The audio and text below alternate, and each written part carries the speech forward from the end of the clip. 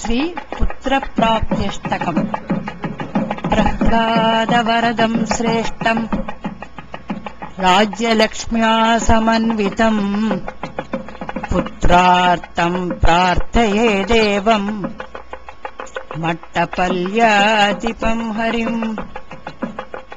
सुतं देहि सुतं देहि सुतं देहि भरद्वाजहृदयान्दे वासिनं वासवानुजम् पुत्रार्थं प्रार्थये देवम् मट्टपल्याधिपं हरिम्।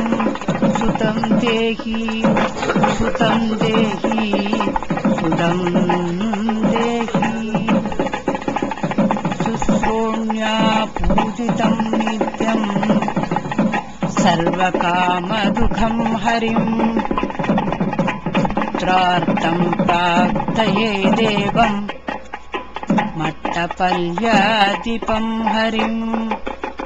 सुतं देहि सुतं देहि सुतं देहि महायज्ञस्वरूपं तं गुहायां नित्यवासिनम् पुत्रार्थं प्रार्थये देवम् मट्टपल्याधिपं हरिम्।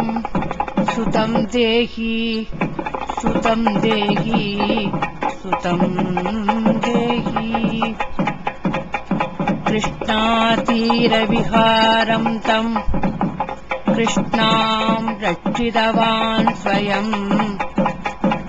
पुत्रार्थं प्रार्थये देवम् मट्टपल्याधिपं हरिम्।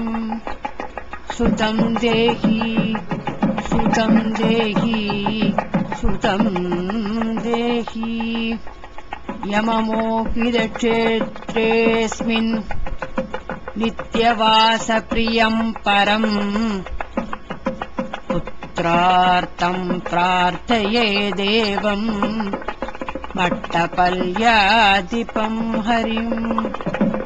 सुतं देहि सुतं देहि सुतं देहि चक्रिणा पूजितं सम्यक् चक्रिणं सर्वतोमुखम् पुत्रार्थं प्रार्थये देवम् मट्टपल्याधिपं हरिम्। सुतं देहि सुतं देहि सुतं देहि योगानन्दं नित्यानन्दम् निगमागमसेवितम्